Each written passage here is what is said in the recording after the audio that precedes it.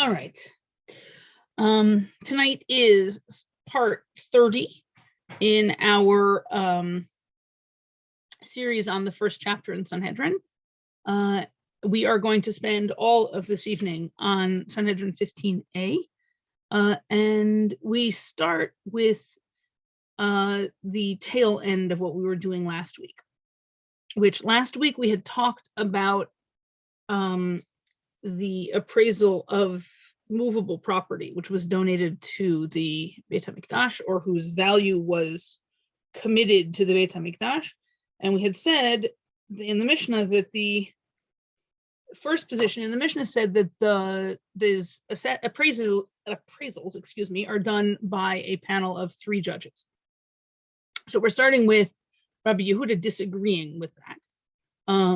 Except that the Gemara only quotes a very small fragment of the Mishnah. It quotes Rabbi Yehuda Omer v'chulei.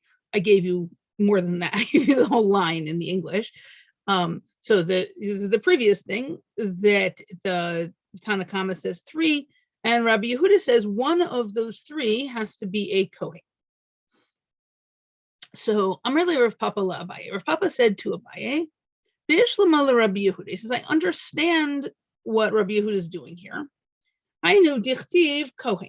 And the reason why he is requiring one to be a Kohen is because the way we got this number of 3 to begin with, maybe, although we had some difficulty deriving it last week, and in the end we said we weren't exactly sure how we derived it, but we think somehow it relates to the number of times that the word Kohen appears in the passage in Vayikra 27 that deals with appraising and then redeeming animals that have non-sacrificial, non-kosher animals that have been donated to the Beit HaMikdash, which is the paradigm from which we're learning all other movable property.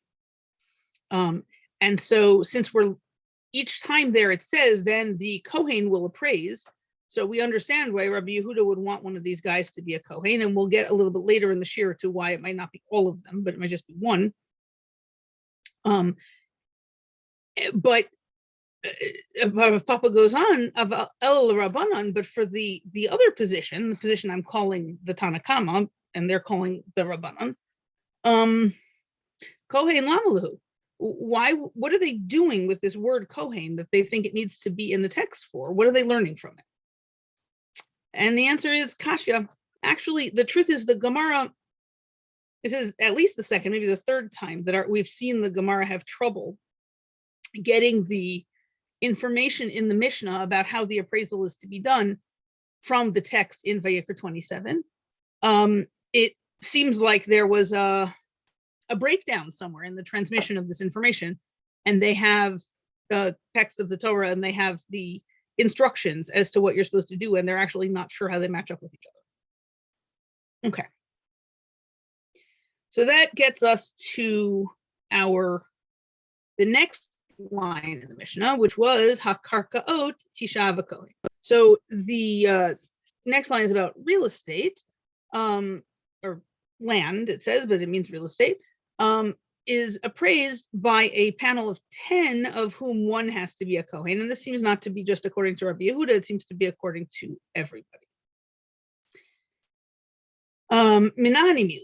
So from where do we learn this? Meaning from where in the Torah do we learn this?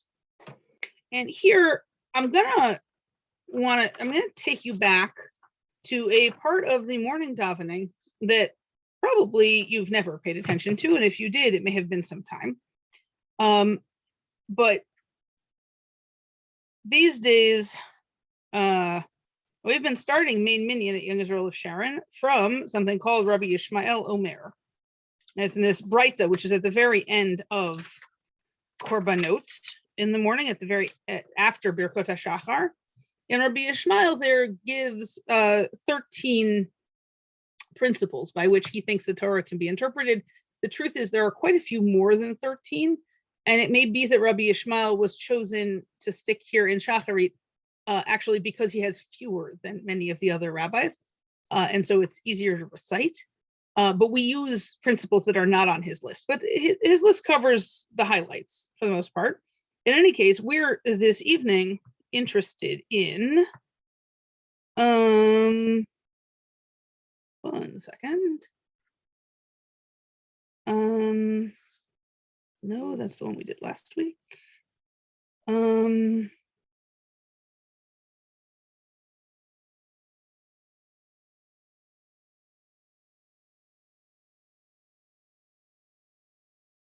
Why am I not finding it? Oh, maybe it's not in his list. Okay. In any case, the principle here is ein mute achar mute ela lerabot. If you have a restrictive phrase and then you repeat the restrictive phrase, the purpose of the second time that you've repeated it is to tell you that in fact it doesn't always apply. So if I say it has to be a Kohen, and then 2 seconds later I say it has to be a Kohen, we're taking the second one to mean, well, that one had to be a Kohen, but the next one doesn't. Okay, so Amar Shmuel. Shmuel says, Asara Kohanim Ktuvim B'Parsha. It says the word Kohen 10 times in our relevant passage in Vayikra 27. Chad legufe. So one of them is going to be to teach us that we need a Kohen. It's there to tell us what it means. Ana have miud achar miud, but the next one is going to be a restriction following a restriction, meaning it already told us it needs to be a Kohen, and now it's telling us again that it needs to be a Kohen. The ein miud achar miud el rabot, and it restricting after restricting actually opens up the restriction because it tells us that it was restricting the restriction, the double negative. So that seems to be saying that the first Kohen tells us that you need a Kohen, and then each of the subsequent Kohen words, times that it says the word Kohen is there to tell you, well, you needed a Kohen for the first one, but for this one, you actually don't need a Kohen. So that ends us with 1 Kohen and 9 non-Kohens.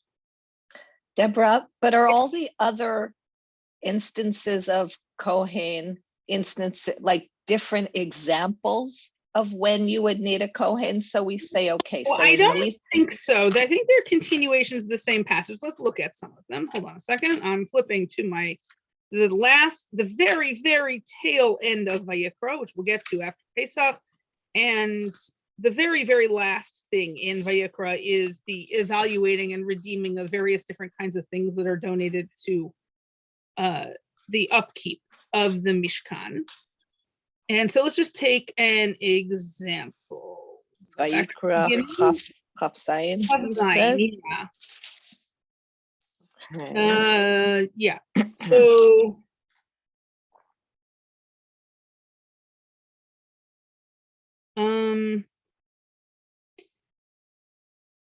let's start from the part about houses.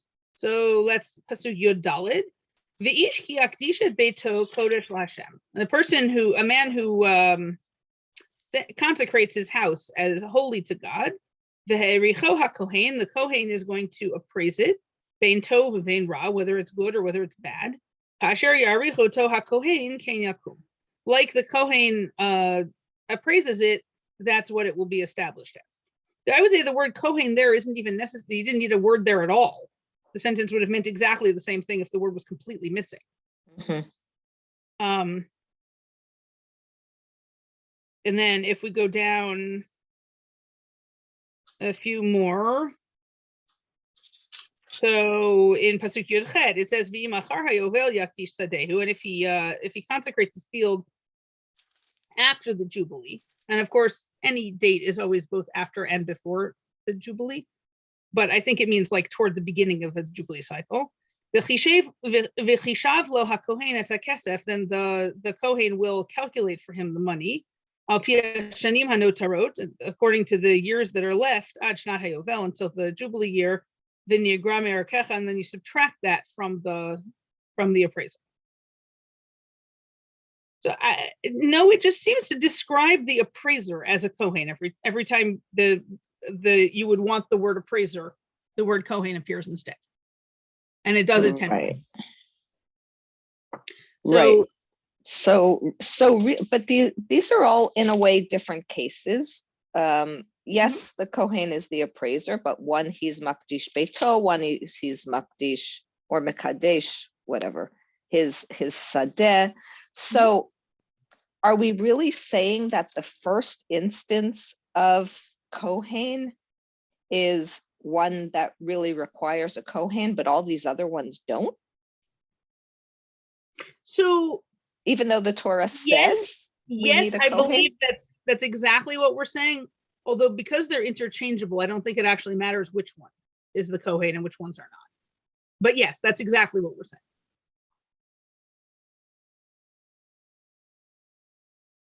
That's weird. Yes, interpretive principles are like that. Right, so. Okay.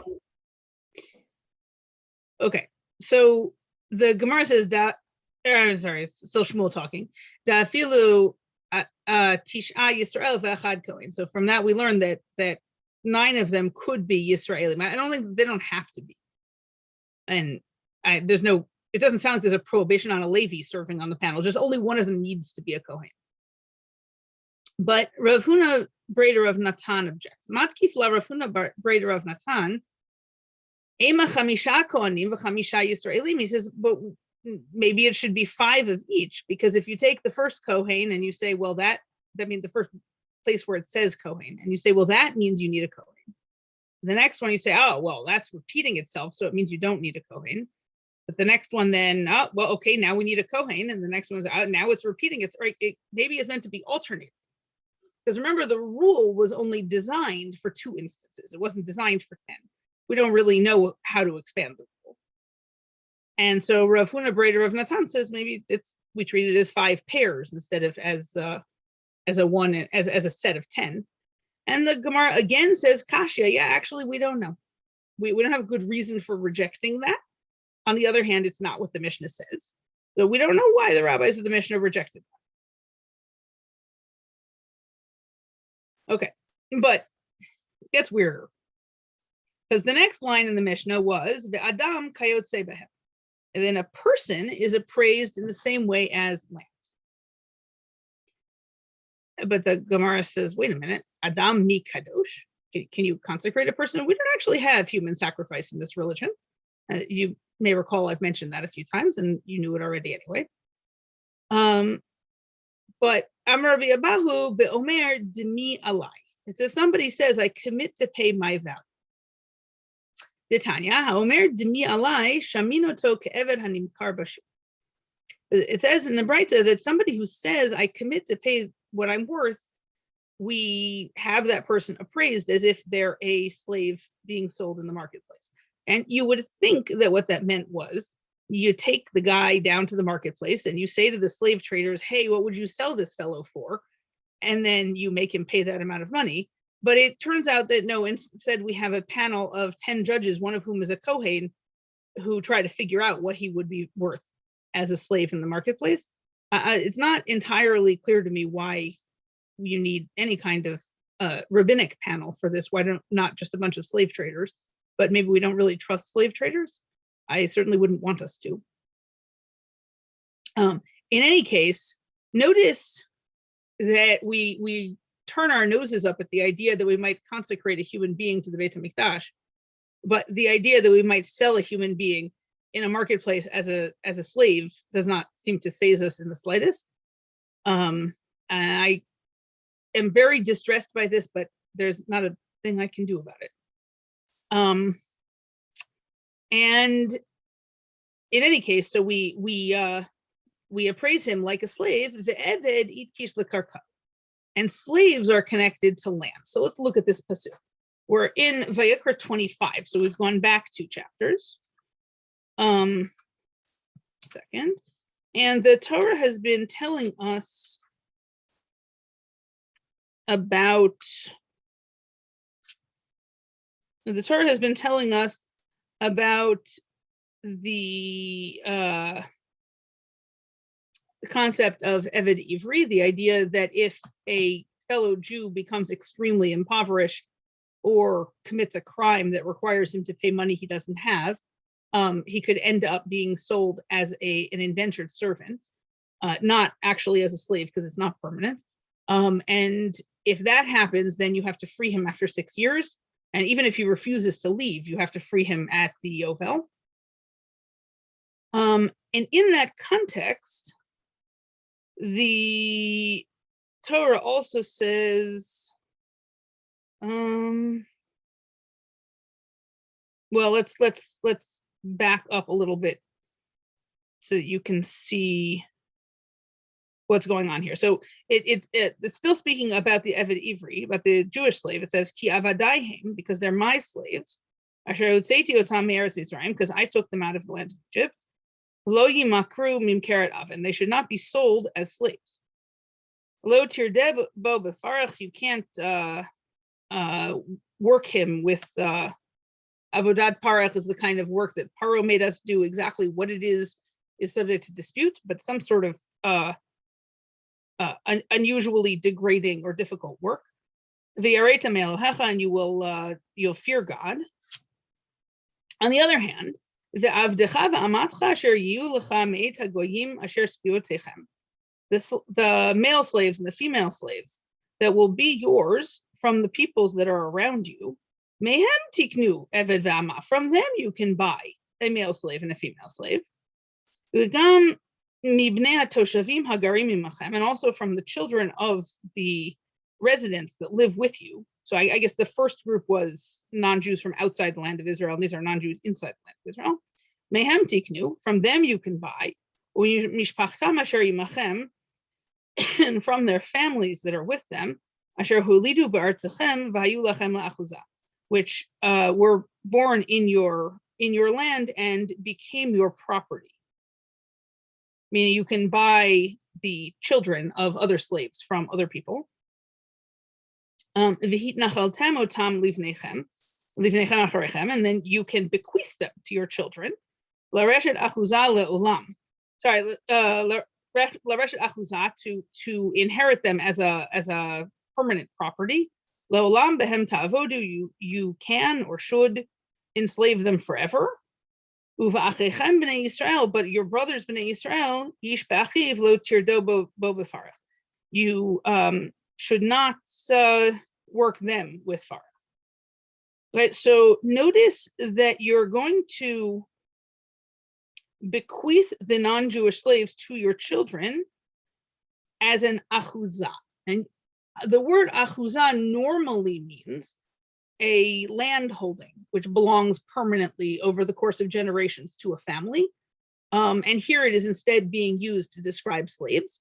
So it would appear that the laws of property as they apply to land are what apply to slaves, non-Jewish slaves.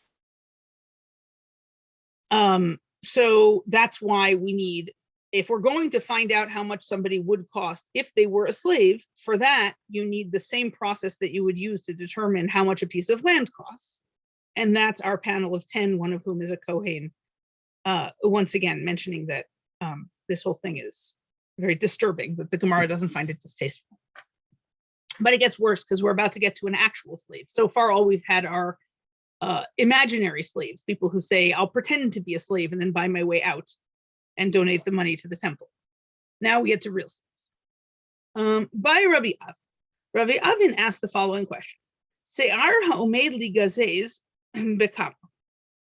So he says, hair which is going to be cut off, how many judges do you need to judge that case?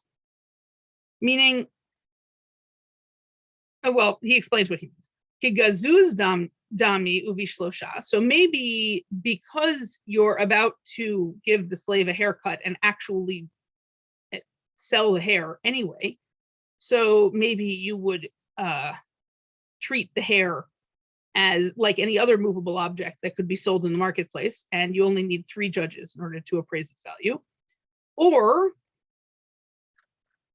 mechubar dami, or maybe you treat it like it's still attached, which in fact it is, to a human being, and so it needs to be appraised by a panel of 10. Tashma. So let's bring a proof text.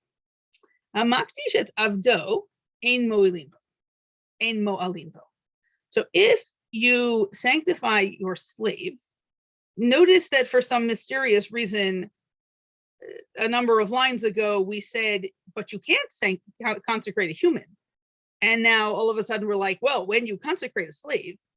So it seems like when we said you can't consecrate a person, what we meant was you can't consecrate a free person. Deep sigh.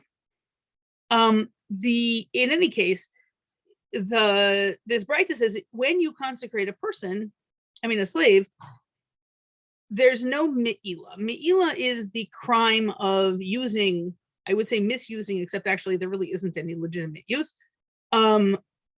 consecrated property or sacrificial property. So if suppose that you consecrate your slave and then you ask him to bring you a cup of water.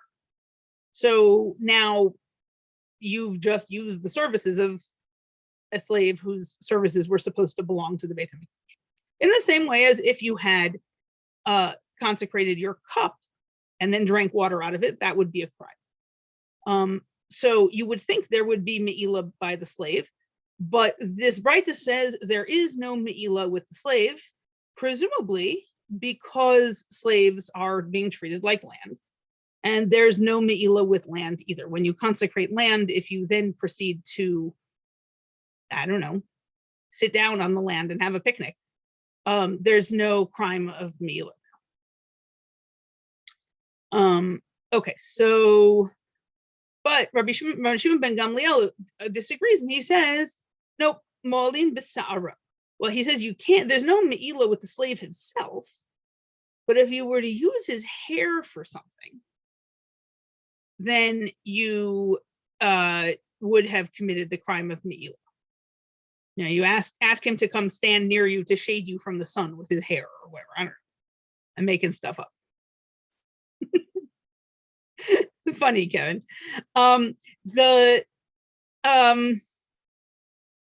So, and it sounds like Rabbi Shimon ben Gamliel is saying that the hair is different than the rest of the body of the slave, right? That you're not, there's no me'ila if you use somehow the slave's, I don't know, his nose, but if you use his hair, then suddenly there is me'ila. And the Gemara says that kaimalan de bisaro ha'umed ligzos pligi. And the Gemara says we have a tradition that we already established elsewhere that the hair we're talking about, the Rabbi Shimon ben Gamliel and the first position in this Braita are arguing about, is hair that was ready to be cut. It's, long enough that it's already scheduled to be cut. In which case it sounds like this is exactly an argument about our topic. Do we consider hair that's already scheduled to be cut to no longer be attached, or do we consider it to be, still part of the body to which it is attached? The Shema Mina, so, okay, that seems to tell us that at least according to Rabbi Shimon ben Gamliel, hair that's ready to be cut is as if it has already been cut. All right, so now we have another dispute between Tanaim and a different Braita that we're going to try to say is parallel. Name a Hani Tanai, Gahani Tanai. So let's say that these Tanaim, meaning Rabbi Shimon ben Gamliel and the anonymous person in the Braita we just had, are having the same dispute as these other Tanaim that we're about to quote. Will be Rabbi Meir and a different anonymous group. Ditsan, as we have in a Mishnah, Rabbi Meir Omer, Yesh Devarim Shehein Kikarka Ve'inan Kikarka. So Rabbi Meir says this very mysterious thing. There are things that are like real estate, but they're also not like real estate. Ve'ein Chachamim Modim Lo, but the rabbis said, no, there is no such thing. Okay, now that didn't do much to enlighten us, but that's okay, because the Gemara is going to explain. Ketzad. So what was the case there? So one guy says, Eser Gifanim Tu'unot Masarti Lecha. Somebody says, I paid you, I sent you, I gave you 10 grapevines that were loaded down with grapes that were ready to be harvested. And he's demanding payment. I sent you the merchandise, now you need to pay me. The Hala Omer, but the other guy says, he says, I only got 5. You only sent me 5. So I don't know how big these grapevines are or what the price of grapes is. So I'm just going to make up a number that's easy to do math with. Let's say the first guy is demanding $100 and the second guy says, nope, I only owe you 50. Okay, Rabbi Meir Michayev. Rabbi Meir, everybody, well, let's just take a step back for a second. Everybody is always going to, whatever you admit you owe, everyone is always going to agree that you owe. There's never going to be any question that this guy who just said you gave me 5 grapevines, he's definitely going to have to pay the $50 he just admitted he owes. The question is what we would do about the other $50. And Rabbi Meir says he has to swear. We have a principle in general that we call modeh b'miktzat, or modeh b'miktzat ta'ana, that if you are sued for money for whatever reason, usually it's because of a debt, but not always. In this particular case, it seems like it's part of a purchase and sale agreement. But if you're sued for money and you say, I owe you money, but I owe you less than you say I owe you, it doesn't have to be half as much, but we more or less always construe it that way in order to make the math easier to talk about. Then the halacha normally is we make you pay the amount that you admit, and we make you swear that you don't owe the rest of it. Because, although this may come directly, this may just be a halacha l'Moshe Misinai, but if it's not, the reasoning is as follows.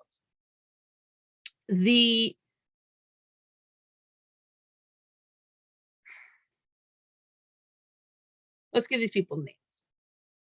So Sarah says that Rivka owes her $100.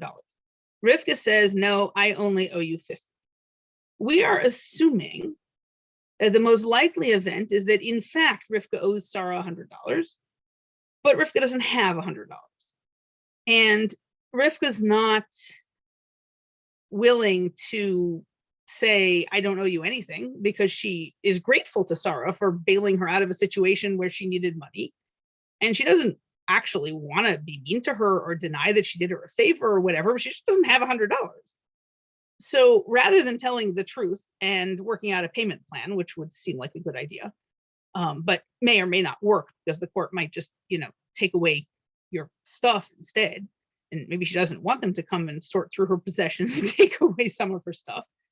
But rather than do that, Rivka is naming an amount of money that she thinks she can come up with and planning that, I'll get away with this. And then a few months from now, I'll have the rest of the money. I'll pay it anonymously. It'll all be okay. And that's not stealing because I'm planning to pay it back. Right? That's the story that Rivka's telling herself. And it makes her more comfortable than saying something that's even more of a lie, like, no, I don't owe you money. And it's more comfortable than admitting she owes $100, because if she admits she owes $100, then she will have to go bankrupt. So we assume that that's what's happening. And we assume that Rivka is fundamentally a decent person. And that while she'll tell what she thinks of as a harmless untruth that she's planning to fix later, she won't do it holding a Sefer Torah and saying God's name. So we say, okay, fine, pay the $50 you agreed to, and the other $50, come over here, stand here, hold this Sefer Torah, and say, I swear in the name of the God of Abraham, Isaac, and Jacob that I don't owe you another $50, at which point we anticipate that if Rivka's telling the truth, she'll say, okay, and she'll do it, and that'll be the end of that. And if Rivka's lying, she'll say, you know what, never mind, I'd rather. Okay, so that's the normal case for modeh b'miktzat, if you admit to part of what you're being sued for. However, there is also a principle that we don't swear oaths about real estate. So now, Rabbi Meir is saying here that the second guy has to swear that he only got 5 grapevines and he didn't get the other 5, even though it sounds like they're still attached to the ground. Right? They're ready to be harvested, but they're not harvested. And so that sounds a lot like a position that things that are ready to be cut off are treated as if they're actually cut off. The Chachamim, on the other hand, and Chachamim say, They say anything which is still attached to the ground is real estate. And so they don't make the second person swear. So we are suggesting that this Rabbi Meir should line up with Rabbi Shimon ben Gamliel, who thought that the hair of the slave is subject to Me'ilah because it's ready to be cut off. And the Chachamim here, who think that you shouldn't have to swear because the grapes are real estate, should line up with the first position in the last Braita that thought that you can't do Me'ilah with the hair of a slave, even if it's ready to be cut off. The Amar Rabbi Yossi Bar Chanina, Rabbi Yossi Bar Chanina comes in and says, and by the way, Rabbi Meir was talking about grapes that are ready to be harvested. It sounds like if they're not ready to be harvested, even Rabbi Meir is not going to make you swear about them because he is going to consider them to still be real estate. So, Mar Savar Kibitzurot Damyan. So one of them, that would be Rabbi Meir, thinks that these grapes are, because they're ready to be harvested, we treat them as no longer connected to the ground, even though they are actually, in reality, physically still attached to the ground, but legally they aren't anymore because it's time for them not to be. Umar Savar Lav Kibitzurot Damyan, and the position we call the Chachamim, the anonymous position, thinks that it's not as if they've already been harvested. In order to be harvested, you have to actually go and take a pair of scissors and cut off the grapes. So at this point, it sounds like the Mishnah and the Braita are parallel, and the situation with the grapes and the situation with the slave's hair are the same. But no, afilu tem Rabbi Meir. No, we can even say that Rabbi Meir would be okay with saying that the hair of the slave would still be attached, even though he thinks that the grapes are not attached. Ad kan lo ka'amar Rabbi Meir hatam, and Rabbi Meir only said there, kol kama deshavka luhu michash chishe. He only said that the grapes are considered to be detached because if you don't cut them off right away, they are going to get less and less saleable, less and less good. The grapes, once fruit is ready to be picked, it deteriorates, and you can't just wait. And so it is considered as if it's already been cut off because it will be, or it'll be gross and no one will want it anymore. But it doesn't have a future attached to this plant. Whereas aval se'aro, but the hair kol kama deshavka luhu ashbucha mishpach. The slave's hair, the longer it stays attached to the slave, the better it gets. And hair doesn't go bad. So if you're looking to, sell it to a wig maker or something, then when it's a foot long, it's valuable. But if you leave it until it's 14 inches long, it'll be even more valuable. It's not, nothing bad is going to happen to it. So unlike the grapes, there's no being ready to be cut off and needing to be cut off right this minute or it's going to be destroyed are not the same thing. And the grapes are in the second category and the hair of the slave is the first category. And so it is not necessarily the case that Rabbi Meir here, who saying that the grapes are as if they've already been cut off, would agree with Rabbi Shimon ben Gamliel in the other case, saying that it's as if the hair has already been shaved off of the slave. Okay, and that did not take as long as I anticipated, for which I apologize, but are there questions?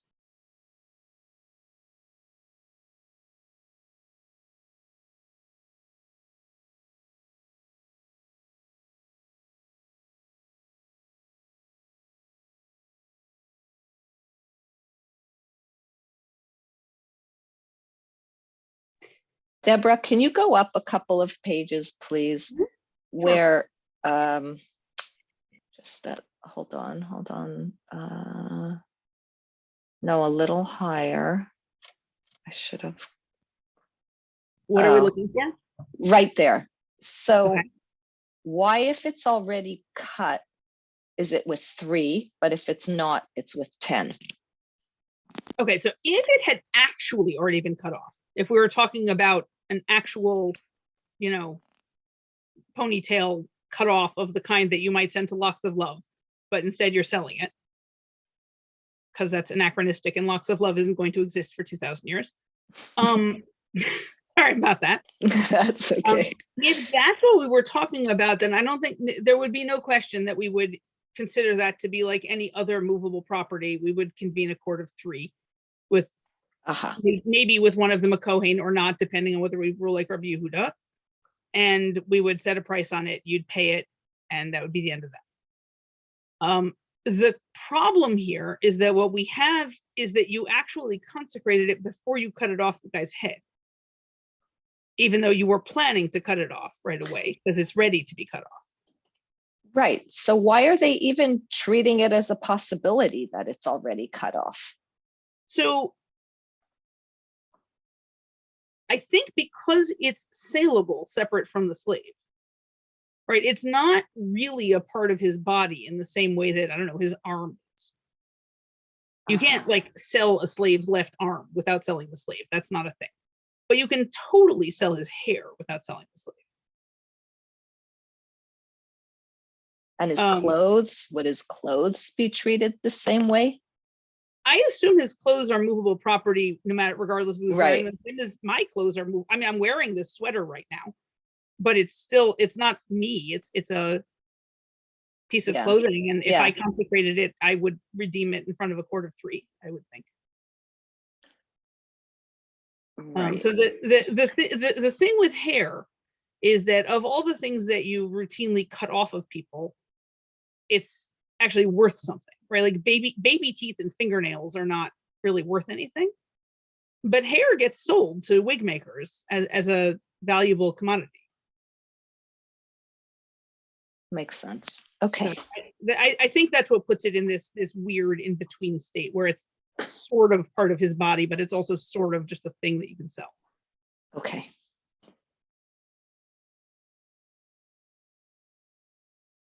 And what would be the source of the rabbi's disagreement one way or the other? I mean, how do you decide how hair is considered attached or not attached? I think so. It would seem that one of the factors that the Gemara explicitly considers is whether something will lose its value if it's not disattached. Right. So it sounds like the grapes are an easy case or an easier case, because they're really only valuable if you take them off. So that's the normal or really only sane business behavior would be to remove them. And even there was a position that, well, I'm sorry, but I can't imagine them disattached. They're actually currently attached. I think it depends on I think it's going ultimately to depend on what you mean by real estate and whether you think that real estate actually means the land itself or whether you think it sort of absorbs the things that are near it.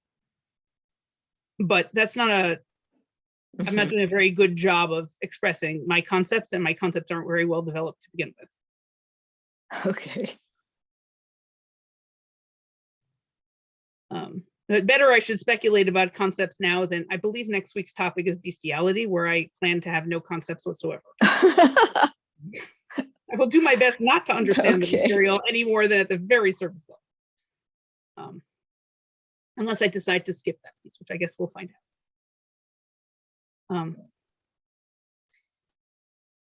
But that is partly why I cut this share at slightly less material than usual, because I wanted to stop while I still had some idea what was going on. Okay. We'll see what happens by next week on the other piece. So my plan is that next week we will meet.